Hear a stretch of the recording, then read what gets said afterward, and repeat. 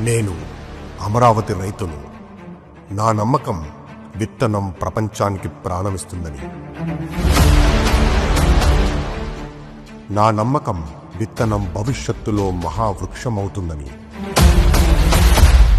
నా నమ్మకం నా నిర్ణయం భావితరాలకు భద్రత ఇస్తుందని.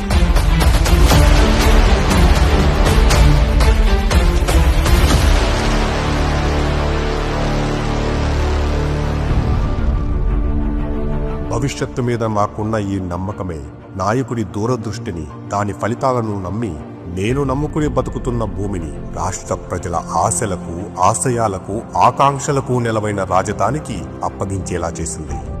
అవును, నాకు స్వార్థం ఉంది.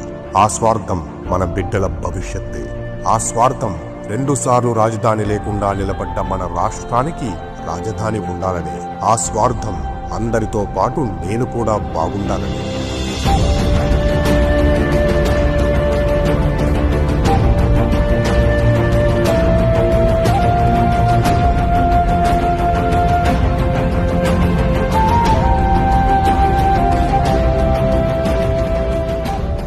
కానీ నా నమ్మకాన్ని వమ్ము చేస్తూ 2019లో వచ్చిన ప్రభుత్వం ఒప్పందాన్ని తుంచివేసింది.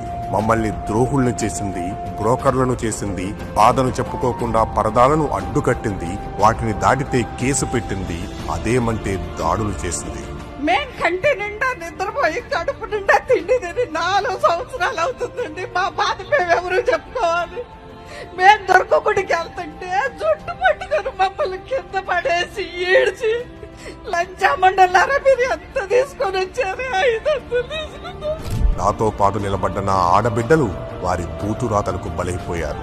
నాతో పాటు నిలబడ్డ నా పిల్లలు వారి మీడియాలో బలిపశువులైనారు. నాతో పాటు పోరాడిన నా తోబుట్టువులు బట్టలు చిరిగి బూటు దెబ్బలు అనుభవించారు.